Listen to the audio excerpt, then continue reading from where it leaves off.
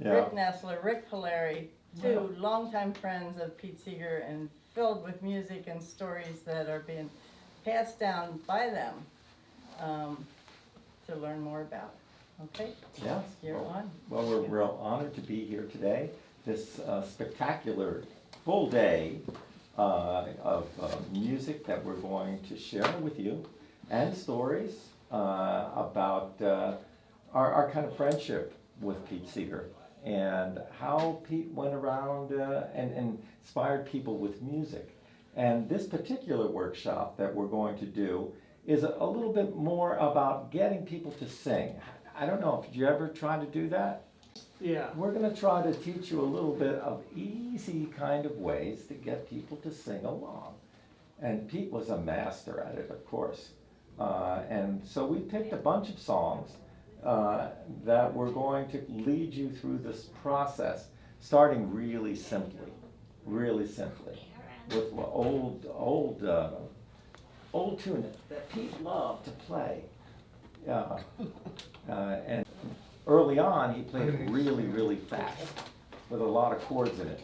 And then he simplified it in order to play it the way we're going to share this song, where it's almost like one chord, you know. Well, I remember Pete coming to me one time and he goes, "Rick, I finally did it." I said, "What?" He goes, "I learned how to play this song with only one chord."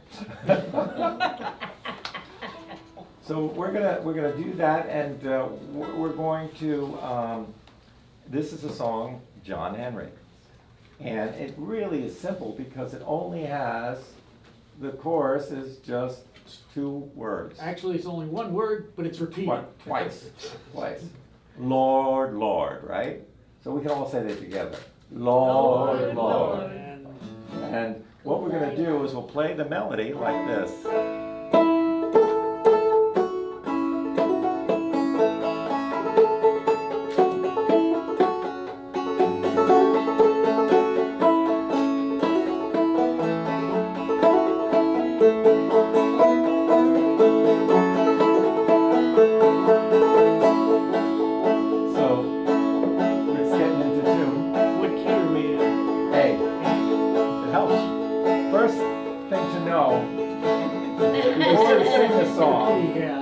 Is to know which key it's in. I think that's an important thing to know, right? So now we know the key is A.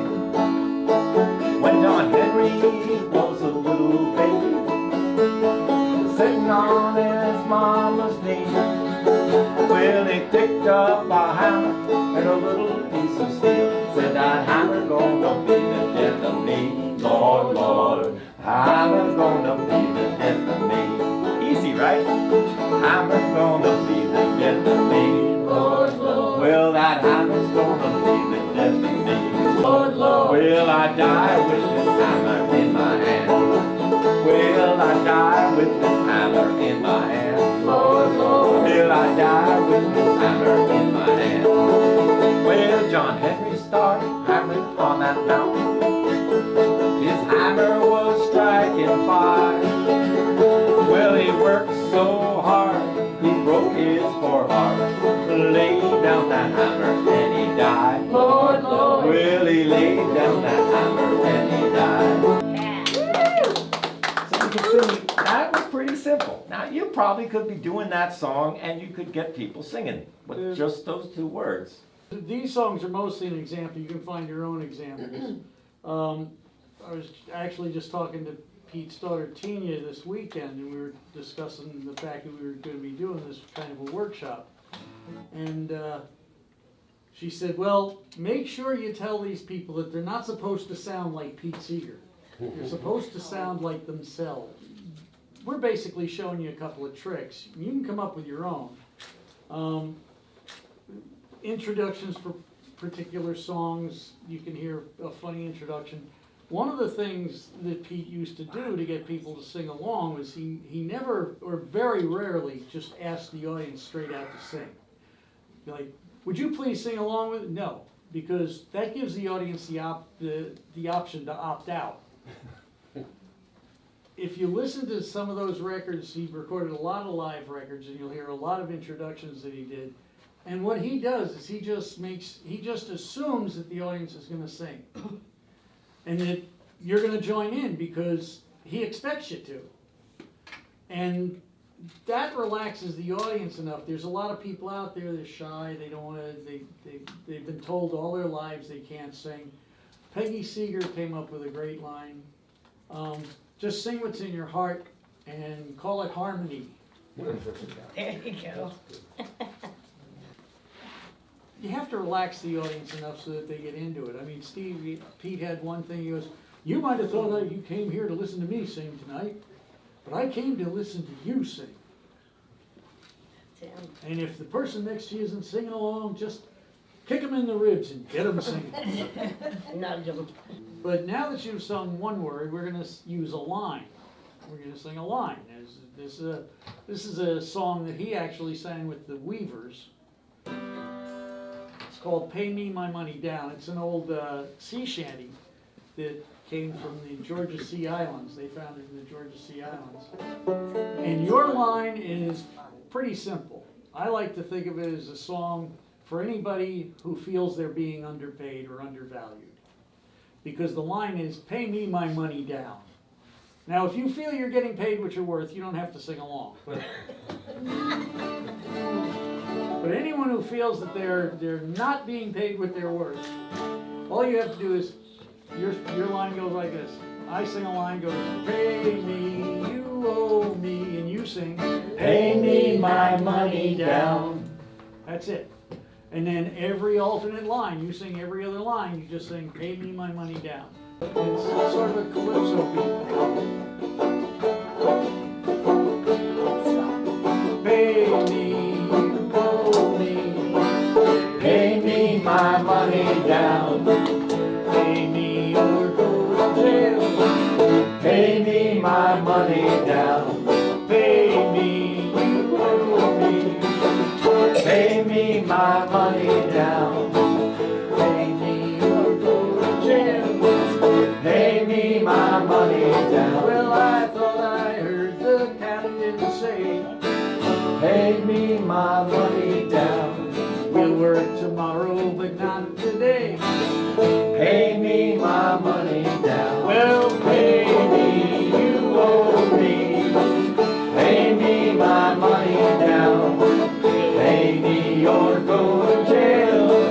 Pay me my money down. Pay me or go to jail. Pay me my money down.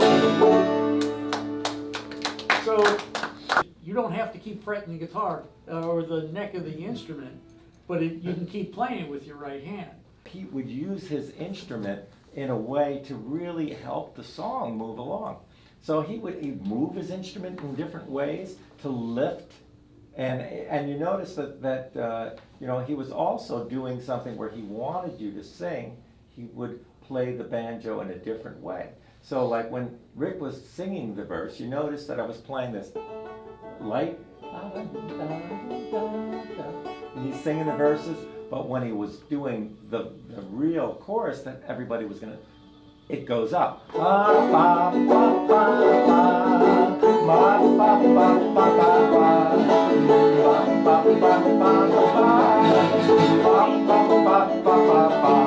So If Pete was just sitting around in a circle like this and he wanted you to sing, he'd just go like this.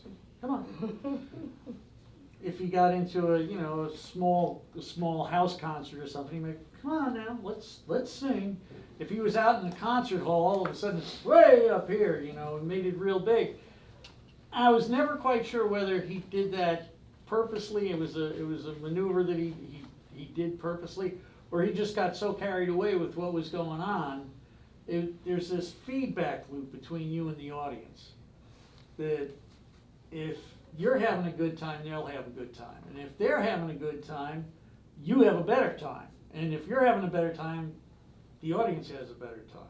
can you see that? We went from one word, Lord, Lord. Now we have a whole phrase. And now we're going to do something that people like to have people sing harmony. And that was an important thing. So we took a song that you'll probably have heard somewhere down the line. And we're going to experiment with that, right, Rick? Yeah, Pete never divided up the audience and, okay, you over here, you sing this part, you over here, you sing this part, unless he was doing a round, which is a total, that's a master class, so we're not gonna cover that. But he would, I also should warn you, we're not using a lot of musicological terms either. Not only because we don't know them, but the audience isn't familiar with them. So we basically put it this way, and this is the way Pete would do it. He goes, okay, we're gonna sing a song now, we're gonna sing Go Tell Aunt Rhody, and we're playing that in A or D. You remember that song? Go tell Aunt Rhody, go tell Aunt Rhody, go tell Aunt Rhody, the old gray goose is dead. Now, basically the song, you hear the first line of the song, the first line of the verse is the same all the way, it carries over for the next two lines, and then there's a tagline on the bottom. We could do it that way, and you could just sing along, you know, wherever you're comfortable, you know, whatever you're doing now, but Pete would always want a little more. So he'd say, okay, so all you high voices, you sopranos and high tenors,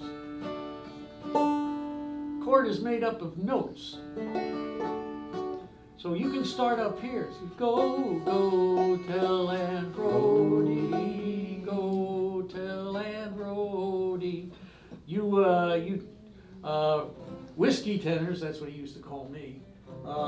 Whiskey tenors can sing right in the middle there, right in the middle. And on the bottom you've got your basses. The basses are definitely the bottom of the song. They're the most important part of the song. At least they think so.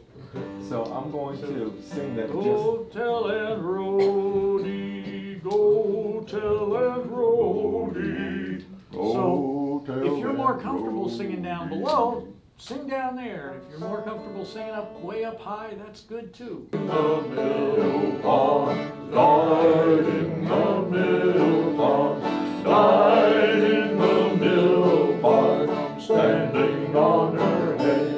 Let's try that. We see if we can get those basses. Ready? Well, just go tell Aunt Rhody. Ready? Go tell Aunt Rhody. Go tell Aunt Rhody. Go tell Aunt Rhody. The great green goose is dead. This thing is, you'll find that a lot in two types of music. It's primarily in gospel music or songs that came from the gospel tradition. Work songs. And work songs. Basically, sea shanties is the biggest example I can think of, but also there were field chants and also chants that prisoners did when they were doing road work, and railroad gangs when they were straightening track, line and track as they call it. So it's basically, we sing a line and you answer with a line. All right. So.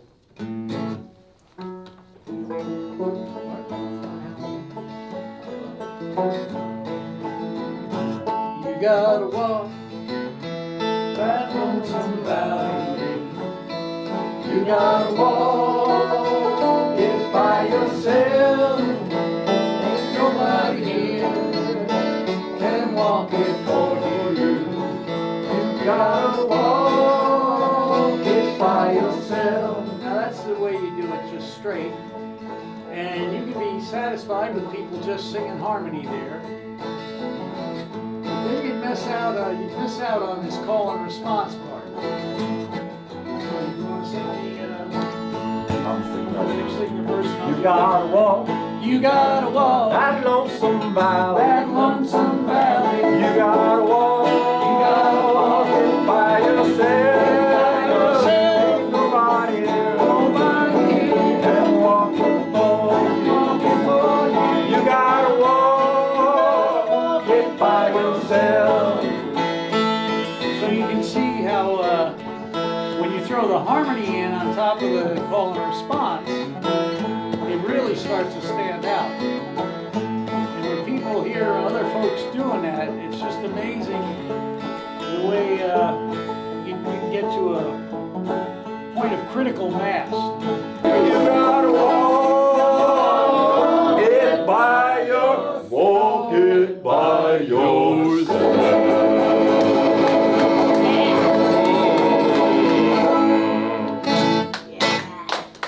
Go Rick. Folk music is a living, breathing tradition that grows on you, sort of like a fungus.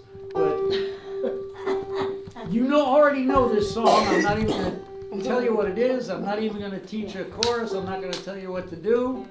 Just join in as soon as you feel comfortable.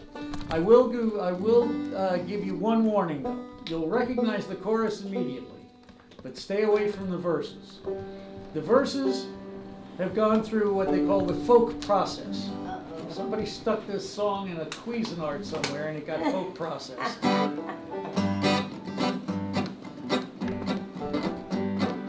I'll start out with the chorus and then sing the chorus again. So just pick out wherever you're comfortable singing along and do so. Give me that old time religion, give me that old time religion, give me that old time religion, that's good enough for me.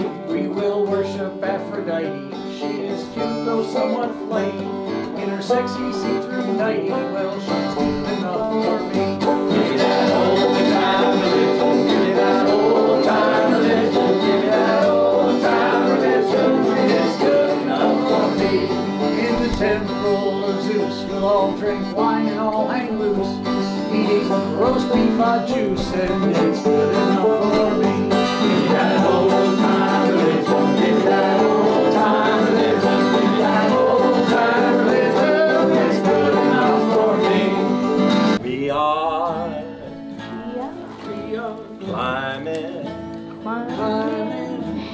Jacob's ladder. We are climbing Jacob's ladder. We are climbing Jacob's ladder. Brothers, sisters, all